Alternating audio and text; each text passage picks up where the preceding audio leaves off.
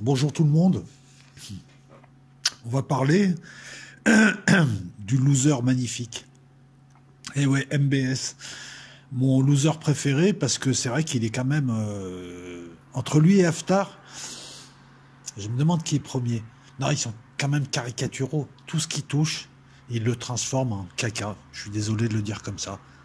Alors, ce que je vais vous apprendre, c'est seulement une synthèse des 5 années depuis lesquelles sévit MBS.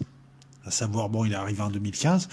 Jusqu'à aujourd'hui, je pense que vous connaissez un petit peu tout ça, mais c'est bien de mettre en exergue et de faire une comparaison entre l'avant et l'après. Parce que si tu veux, avant, l'Arabie Saoudite, avant, c'était une puissance régionale, pas très forte militairement, ça se savait. On le savait, mais on ne le voyait pas. Et puis, l'Arabie Saoudite avait une forte capacité de nuisance, de par ses liens et de par son argent. Avec son argent, elle pouvait, et elle le fait toujours, contribuer à étendre le salafisme dans le monde, en Asie, en Afrique, un peu partout, sous couvert d'ouverture de madrasas et de mosquées et de dons. On sait qu'elle est derrière une partie du terrorisme, j'ai bien dit une partie, pas tout, une partie du terrorisme, et ça sert d'ailleurs l'OTAN, ça sert les USA, parce que l'Arabie Saoudite est l'ingénieur, on va dire celui qui dirige, le chef de chantier des salafistes. Puis on a aussi les frères musulmans de l'autre côté, qui sont aussi vecteurs de terrorisme. Bon, ils sont pas vecteurs que de ça, mais ils sont vecteurs aussi de terrorisme. Donc on craignait l'Arabie Saoudite parce qu'on se disait, oulala, on va avoir des intégristes chez nous, on va avoir des fondamentalistes. Et puis on craignait aussi l'Arabie Saoudite parce qu'elle avait des parrains, et notamment un parrain très très fort, les USA, qui dirigent le monde, qui a une politique de plus en plus agressive, et qui emmerde l'Arabie Saoudite, se voit très très vite rappelé à l'ordre par les USA. Ça, c'était avant. L'Arabie Saoudite était encore dissuasive. Même si on savait que son armée ne valait pas tripette, mais on ne la voyait pas, son armée. Donc on se disait, bon, c'est une classique armée du Moyen-Orient avec une petite élite pour protéger les gouvernants du peuple, et puis le reste qui est là, des bras cassés. L'Arabie Saoudite, avant, c'était beaucoup d'argent, comme je viens de te le dire. Un fonds d'investissement et un État-providence qui, depuis 2011, a pas mal acheté la paix sociale. Parce que l'Arabie Saoudite, c'est marrant, c'est des milliardaires arriérés, et c'est une population encore plus arriérée et très très très intégriste. Et quand je dis une population, c'est plutôt 3 types de population. Tu as 3 Arabies Saoudites, c'est un royaume, mais c'est un royaume qui est en fait composite. Vous avez une partie chiite en bas, qui est hostile au gouvernement. Voilà pourquoi d'ailleurs il n'y a pas d'armée populaire. Classique d'une armée du Moyen-Orient. Une armée qui est là pour protéger ses dirigeants et qui se méfie du peuple, donc il y a... Voilà. Un fonds d'investissement énorme. Un État qui payait tout. Qui subventionnait tout.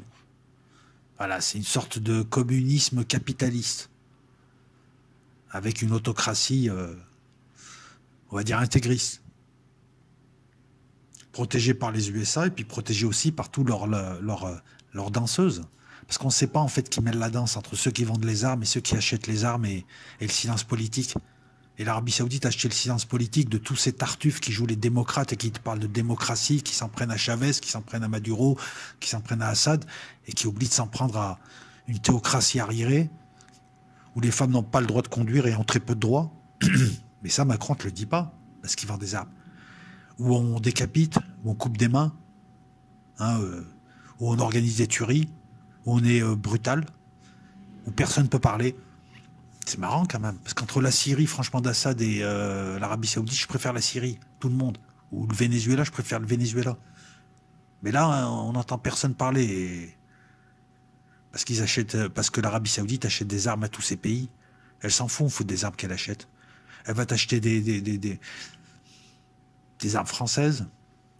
Elle va t'acheter des Eurofighters. Elle va t'acheter des F-16. Elle va t'acheter des Patriotes. Elle va acheter de quoi calmer les tartuffes qui parlent de droits de l'homme et qui sont censés diriger le monde. L'Arabie Saoudite, avant, s'opposait mollement à Israël. Parce que c'était plutôt une opposition de façade.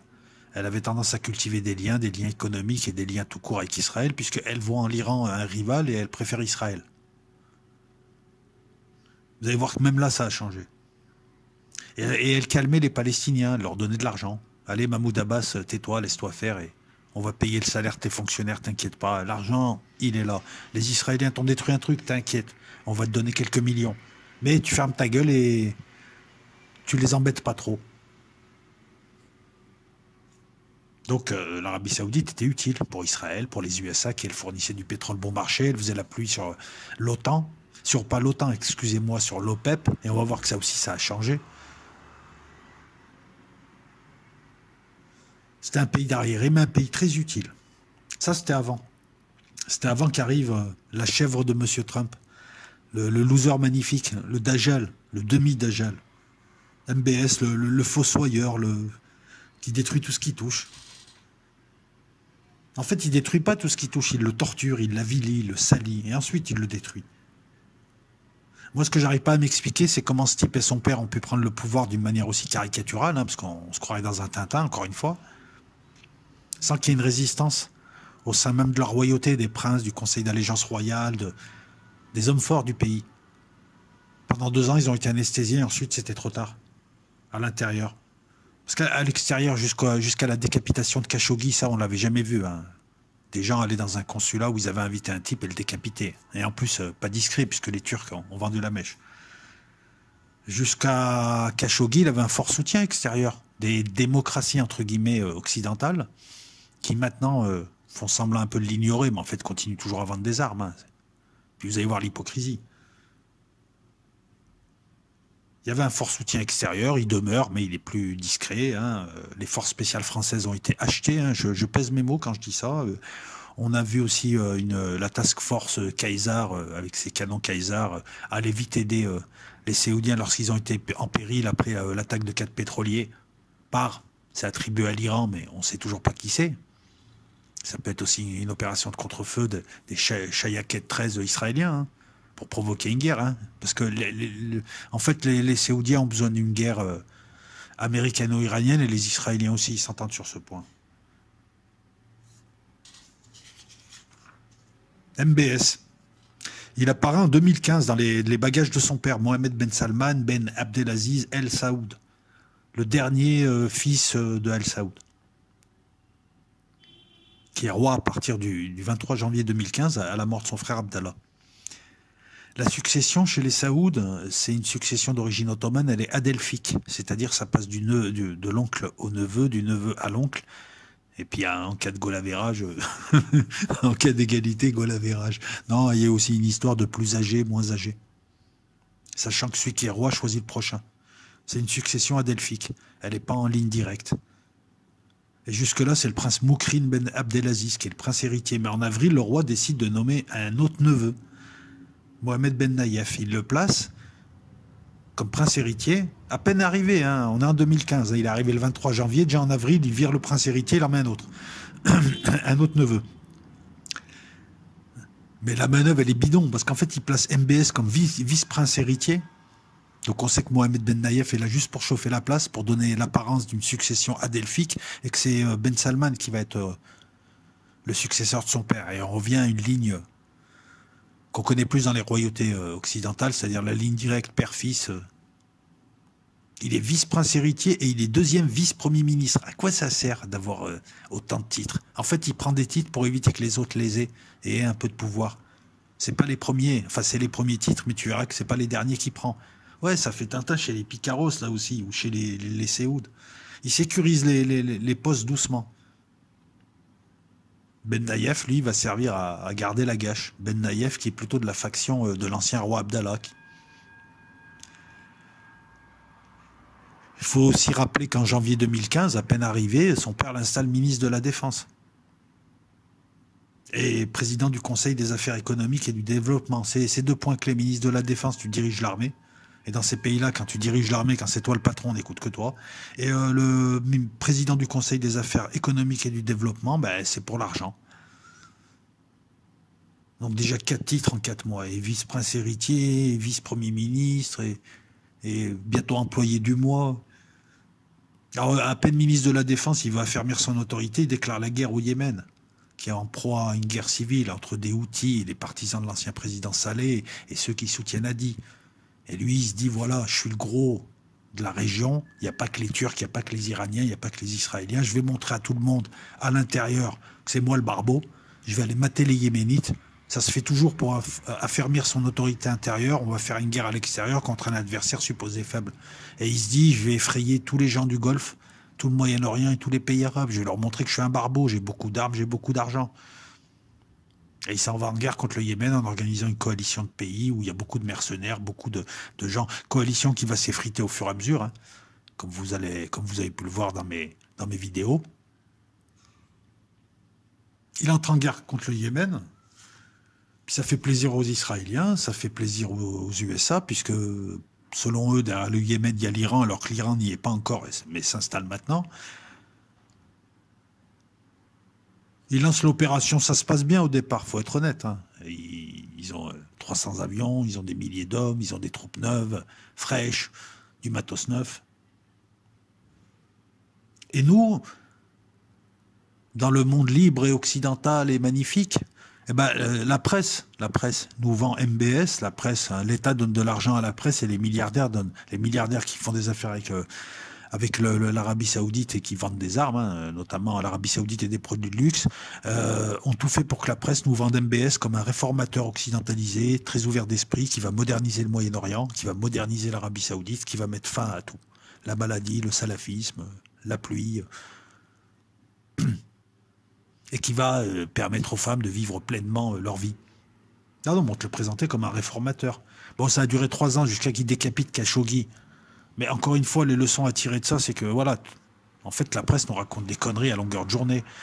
Je sais pas, tu prends un type qui vient d'une autre planète, tu le mets, il regarde les faits, il te dit vous êtes tarés, vous êtes cons. On vous dit l'inverse de ce qu'il y a devant vous, devant vos yeux. C'est un peu comme sur YouTube, les types ils gobent des vidéos, mais ils n'ont aucun esprit critique. Hein, ils répètent après. Non, mais à un moment donné, réveille-toi, regarde la réalité. Fais les imbrications. On te vend un tyran, d'un pays de tyran, d'une théocratie qui décapite, qui promeut le salafisme, qui est du terrorisme. Hein. C'est s'emparer du monde par le biais du terrorisme pour installer une mauvaise interprétation de l'islam. Quelque chose de rétrograde, à mi-chemin entre je ne sais quoi et je ne sais quoi.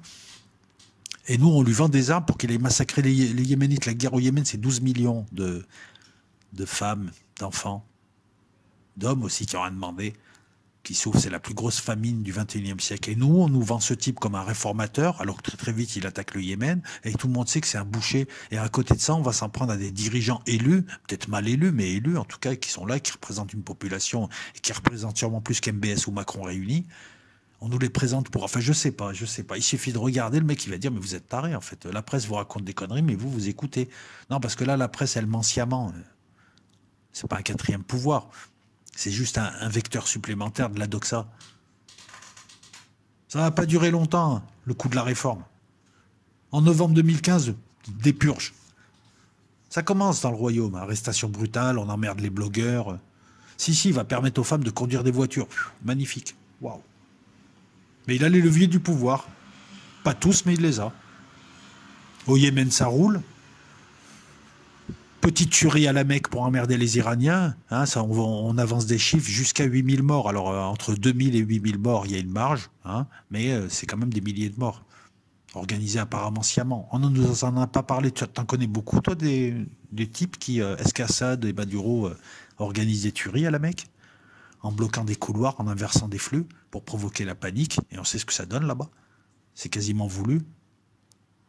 Enfin, c'est voulu, mais bon, mais même s'il veut pas, ce sont ses services. Hein, l'enquête, de façon officiellement, on sait très bien qu'il y a eu des mouvements de foule provoqués par la fermeture d'une sortie voulue pour que... Là, on n'en parle pas, hein, c'est un réformateur. Bah oui, c'est un réformateur, tant qu'on lui vend des armes. Ben oui, le premier vendeur d'armes à hauteur de 73%, c'est les USA, le deuxième, c'est le Royaume-Uni, le troisième, c'est la France. Mais après, tu as les faux culs aussi, le Canada, l'Allemagne. L'Allemagne, c'est à la limite, j'ai envie de donner à l'Allemagne la palme de la faucuterie. Elle déclare qu'elle ne vendra plus d'armes aux Séoudiens, il y a 2 ans, et en fait, elle continue à en vendre par des firmes sud-africaines. Si ça, c'est pas être un gros faux cul. Et ça se permet de parler d'Assad et des réfugiés syriens. Et les Yéménites. Ah, tout s'explique. Ces démocraties-là qui font la pluie et le beau temps et qui définissent la doxa et la bonne morale et la bien-pensance, ben, ont décidé que MBS avait le droit de faire ça puisque eux lui vendaient des armes. Non, mais c'est ceux qui dirigent le monde, ce sont ceux qui participent à son chaos et ce sont ceux qui nous disent ce qui est bien et qui est mal. C'est vraiment, là encore une fois, le type qui vient d'une autre planète te dit vous êtes con ou vous voyez pas. Alors je sais que ça fait complotiste hein, pour Beaucoup, pas pour vous, je le sais, sinon vous ne m'écouteriez pas depuis aussi longtemps, mais c'est des évidences qu'il faut rappeler, quoi. Et puis, il faut voir que l'Arabie Saoudite a haussé ses volumes de façon spectaculaire. Les Saoudiens ont une politique de demi-soft power. On sait très bien qu'ils achètent des hommes politiques français jusqu'au chef d'État, qu'ils achètent des armées, qu'ils conditionnent leurs achats d'armes à tout un tas de laissez-passer politiques. Voilà, je t'achète. On sait très bien que, par exemple, MBS a essayé de privatiser Aramco à hauteur de 5%, il n'a pas réussi, mais il a assujetti durant l'hiver 2017, les Anglais, je t'achète des armes et tu rentres dans Aramco. Bon, ils ont dit, attends, on hésite un peu. Ça s'est pas fait, c'est encore un de ses fiascos d'ailleurs, dans le cadre de son projet Vision 2030. Ah si, il a une vision, c'est un réformateur. En fait, c'est une vision, je te la fais simple. Non, je vais finir avec les armes. Parce que les armes, il y a des choses à savoir. Par exemple, en 2014, il achète pour 6,4 milliards d'armements. En 2017, il en est à 69,4 milliards d'armements. 10% du PIB de l'Arabie Saoudite. 69,4 milliards, c'est plus que l'armée française réunie, le budget annuel de l'armée française. Et il achète.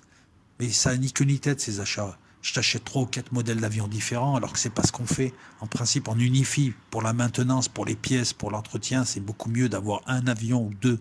C'est beaucoup plus simple que 4 ou 5 parcs différents. Ça coûte beaucoup plus cher. Chacun supposant des pièces, un entretien, des équipes différentes, des formations différentes, du matos différent, tout un tas de choses différentes.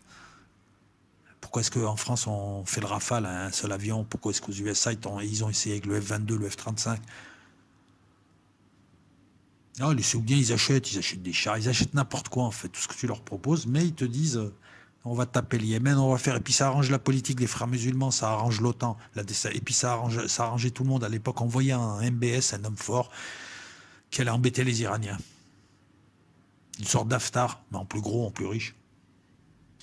Entre 2015 et 2017, les USA ont acheté pour 43 milliards d'armements. Alors, il y a eu un contrat à 110 milliards, mais il était étalé sur plusieurs années, donc les chiffres sont un peu dilués, là.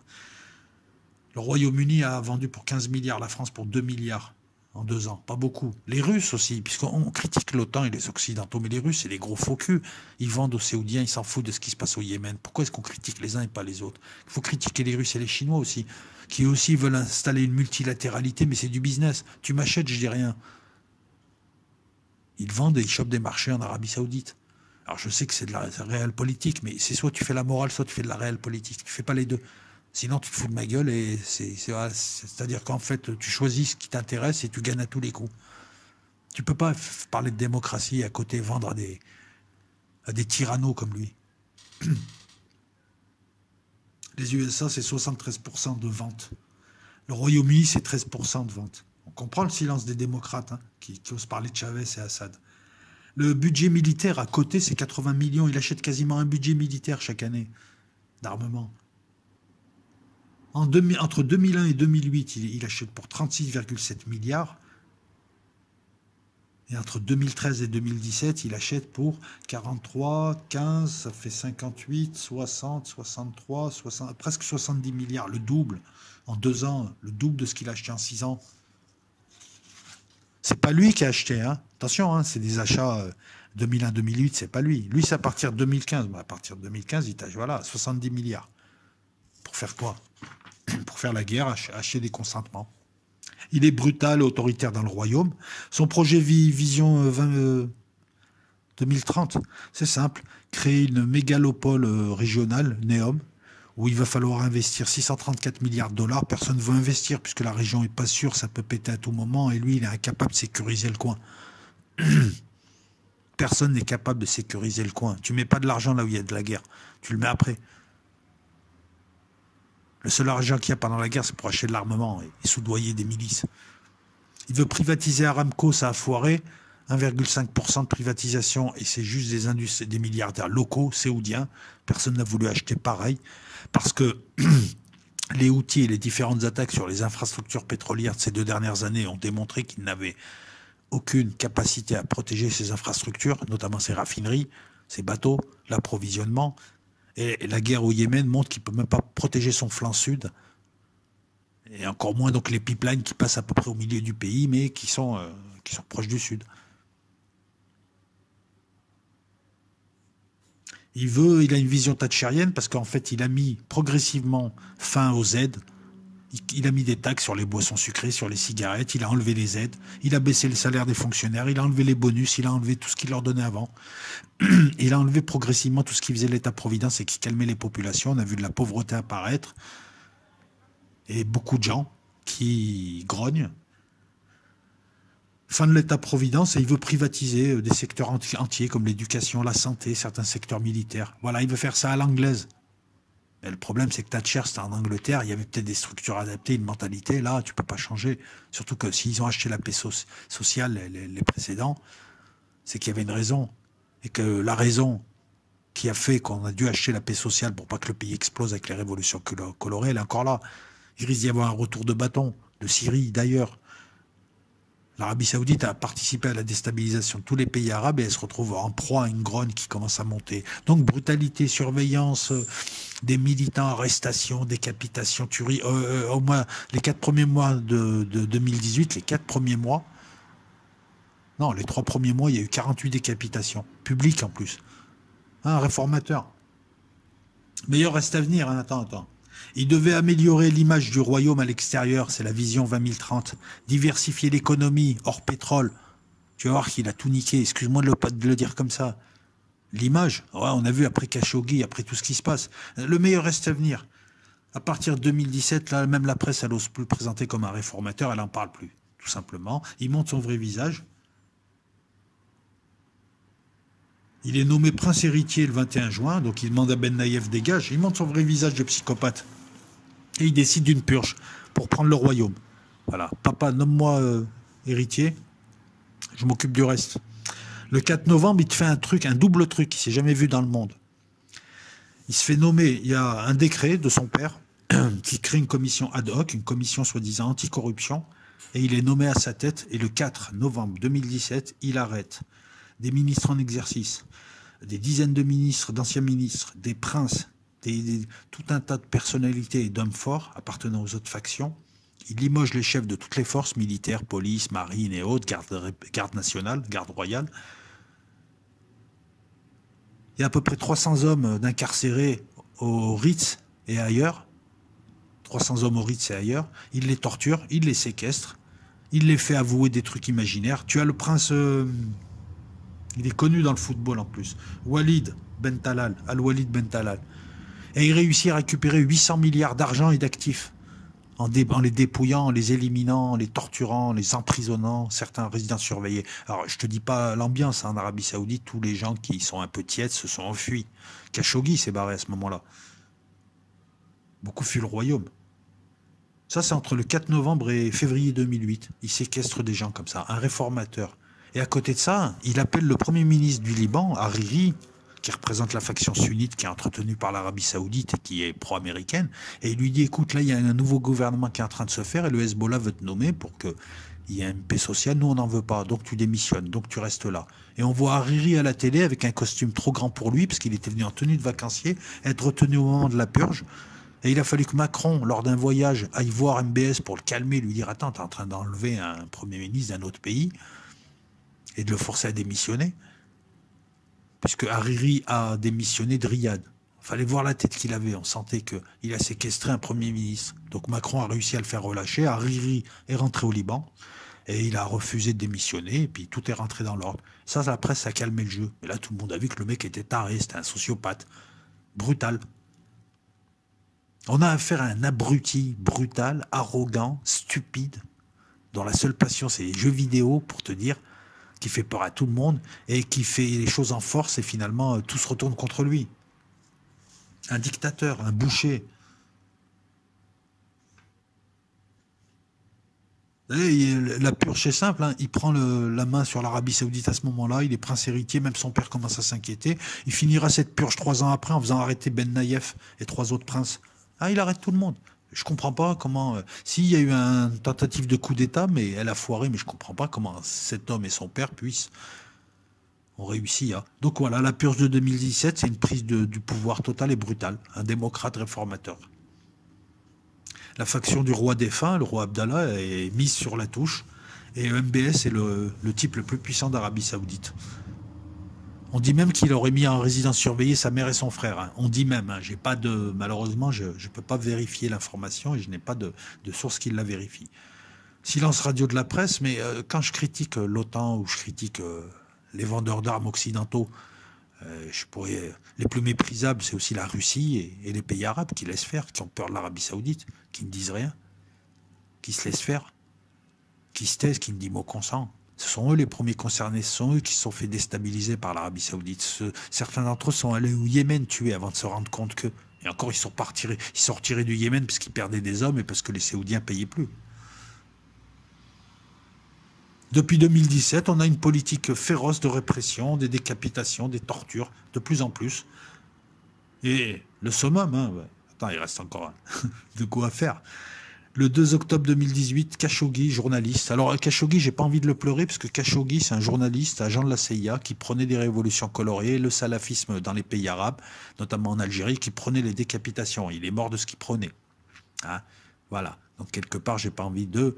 Il fait partie de cette équipe. Il s'est enfui et puis il devait se marier et il lui fallait un document et il prend langue avec les Séoudiens le rassurent, reviens, on veut que tu reviennes, c'est pas bon que tu sois à l'étranger. Ils ont fait revenir d'autres gens qui sont là-bas.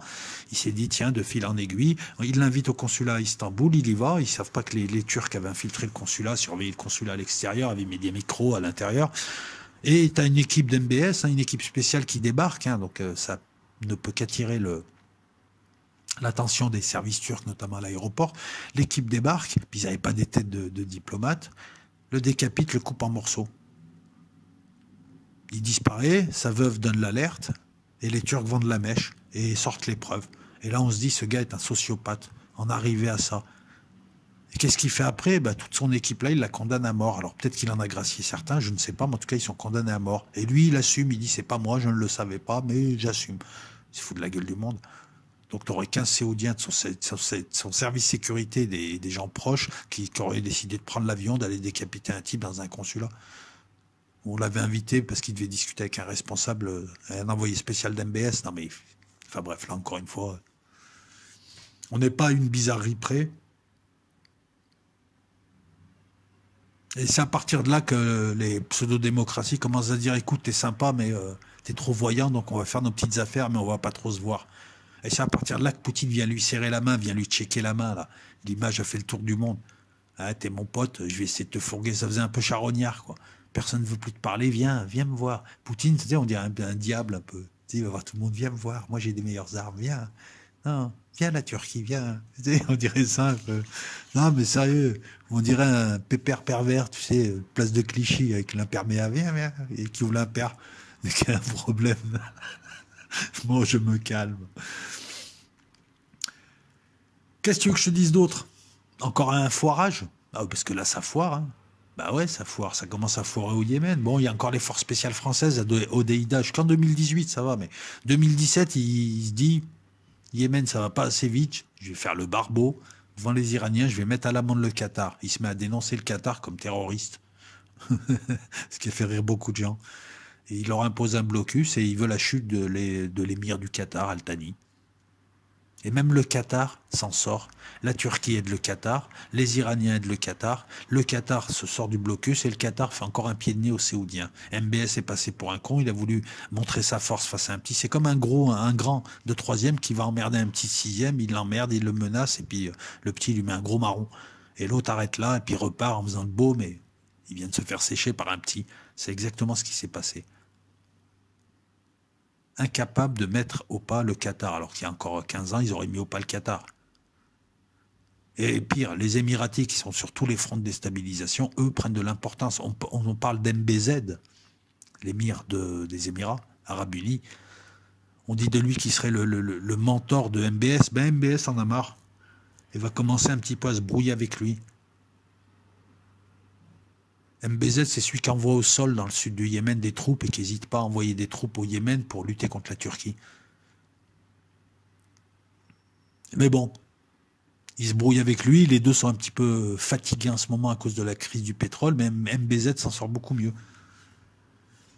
2018, à partir de là, le Yémen commence à être le Vietnam. On voit tout de suite la patte iranienne, les Yéménites ont plus de missiles, réussissent des attaques plus audacieuses, sont de plus en plus précis, savent jouer avec les drones, abattent des avions. Je vous rappelle qu'à l'heure où je te parle, même pas, hein, au mois de mars, le Yémen, c'est entre 10 et 20 000 morts, militaires saoudiens, ou mercenaires et assimilés, ou émiratis. C'est plus de 317 avions hélicoptères, 58 avions de combat tombés, c'est énorme. C'est énorme. En face, ils étaient censés rien avoir, des pick-up et des lances. 317 drones qui tombent. C'est tout le Yémen utile pris par les Houthis. La zone sud, pris par le Conseil de souveraineté du Yémen du Sud. Derrière, il y a les Émiratis, mais ils se sont retirés. Les Saoudiens se sont fait taper à Aden, ils se sont fait sortir. Pire, ils se font attaquer de partout. Et ils sont en train de perdre la dernière province utile, Marib, après avoir perdu la ville du même nom. Al-Jaf s'est pris. C'est bon, il reste que des bouts de désert. Ils ont perdu et ils se font attaquer chez eux. Ils se font attaquer leur infrastructure pétrolière. Et ça a été un gouffre financier. Et là aussi, MBZ a ruiné son pays. Il n'a pas fait que... MBZ, si tu veux, il n'a pas fait que montrer que son pays, c'est un pays de chèvres, qui n'avait même plus la puissance dissuasive. Il s'est rendu inutile aux yeux de ses alliés, et donc ceux-là même qui l'envoyaient au casse-pipe veulent le lâcher maintenant. Il ne sert à rien face à l'Iran. Il n'est même pas capable de mater les Qataris, les Houthis et d'ailleurs personne. Il est détesté. Il n'a pas d'amis, il n'a que des obligés. Il fait peur au monde arabe. Il ne sert plus à rien. Si, il sert encore à acheter des armes et il sert encore aux Israéliens, un petit peu. Mais il est tenu à bout de bras. Le Yémen sera un naufrage financier. Depuis 2014, les prix du pétrole baissent. Il y a une morosité. Aujourd'hui, on est quasiment... C'est le gouffre. Hein. Lui, il arrive en 2015 et il anticipe ça, mais non, il n'anticipe pas. Je vais te donner un petit peu des chiffres pour te montrer un petit peu le naufrage économique. Lorsqu'il est arrivé, les réserves de liquidité étaient à 732 milliards. Elles sont à 499 milliards. 231 milliards de perdus. 233 milliards. C'est énorme. Le fonds souverain d'actifs, actions, obligations, bons du trésor, qui était à 400 milliards et qui devait arriver en 2020 à 600 milliards, est à 320 milliards. Il a perdu la moitié de ce qu'il devait être. La dette extérieure, elle est passée de 12 milliards à 183 milliards. Il perd au Yémen. Il perd au Qatar. Il se fait attaquer ses bateaux. Il ne peut pas protéger son pays. C'est un sanguinaire. Les démocraties occidentales lui vendent, mais il pue le soufre. Il perd en Syrie. Il va avoir un retour de bâton. Au sein de sa population, ça gronde. Dis-moi, qu'est-ce qu'il a réussi? Neom, ça marche pas. D'ailleurs, on n'en parle plus. Aramco, ça marche pas. Il a paupérisé son pays. Il a montré que l'Arabie Saoudite pouvait être inutile. Et on est en train de se préparer à... Parce qu'il se fera lâcher. Son pays sera morcelé, ça se fera en 3 pays. Tu auras la Mecque Médine d'un côté, tu auras le nord de l'autre côté, et tu auras la partie chiite de ce côté-là. C'est comme ça que finira l'Arabie Saoudite, à moyen terme. La guerre au Yémen, là, c'est simple, c'est plus qu'une défaite, c'est un naufrage financier et militaire. Il y a encore eu des arrestations, parce que ces officiers, l'armée saoudienne ne veut plus se battre au Yémen. Elle est dirigée par des gouverneurs et des généraux qui sont nommés par MBS, ils sont nommés à la fidélité. Et ils sont rivaux entre eux. Ça fait que c'est même pas coordonné. Et au sol, c'est à coups de milliers de Soudanais qui s'enfuient. C'est ça, son armée. C'est des Soudanais au sol et des avions avec des mercenaires occidentaux, et notamment des pilotes français dans le ciel. Et ils perdent. Tout ce qui touche. C'était un tigre de papier, c'est devenu une chèvre. Ces échecs militaires, ces échecs économiques, ces échecs politiques, ces échecs sociaux, ces échecs financiers... L'image, il a donné... Alors, si l'Arabie Saoudite avait une mauvaise image, là, c'est terrible. Elle a une image exécrable. D'un type qui décapite, qui tue, qui torture, qui n'hésite pas à attaquer, à piller, à détruire, soit des pays, des populations, des journalistes, ou pseudo-journalistes, des blogueurs. Et nous avons Macron qui l'appelle petit frère, et Le Drian qui passe des week-ends là-bas. À ton avis, c'est pourquoi? C'est des mallettes. Il aurait acheté des chefs d'État dans Macron, il aurait ouvert des comptes en Suisse et il y aurait des milliards qui attendent. Et quand Macron va se retirer, ces milliards, il va les retrouver sur un compte numéroté. C'est ce qu'il se dit. C'est comme ça qu'il pratique. Je ne vais pas t'amener un document, un facsimilé de transfert. Mais ils pratiquent ça, les Saoudiens. Leur argent sert à acheter le consentement. Mais ils n'ont aucun ami. Même les Émiratis qui étaient amis avec eux, MBZ, ça marche plus. Ils étaient à deux doigts de s'affronter au Yémen. Et ils se sont affrontés à Aden. Et les Saoudiens ont perdu. Leurs mercenaires ont perdu. Pourquoi ils utilisent des mercenaires au Yémen? Parce que les Saoudiens pensent que leur population n'est pas fiable. Quand ils auront plus d'argent, ils seront lâchés par les USA et Israël. Et c'est dans pas longtemps. Parce que ces monarchies n'ont pas préparé l'après. Leurs fonds souverains, ils ont fait des mauvais investissements. Ben oui, tu as un fonds souverain avec des actifs pour investir l'argent du pétrole. Le problème, c'est que tu investis en bourse, il y a une crise boursière depuis 2008 qui perdure. Il y a une crise du pétrole. Apparemment, voilà, il y a une surcapacité. Depuis l'arrivée du gaz de schiste, il y a une surcapacité. Et là, avec le Covid, avec tout un tas de choses, le pétrole ne vaut plus rien.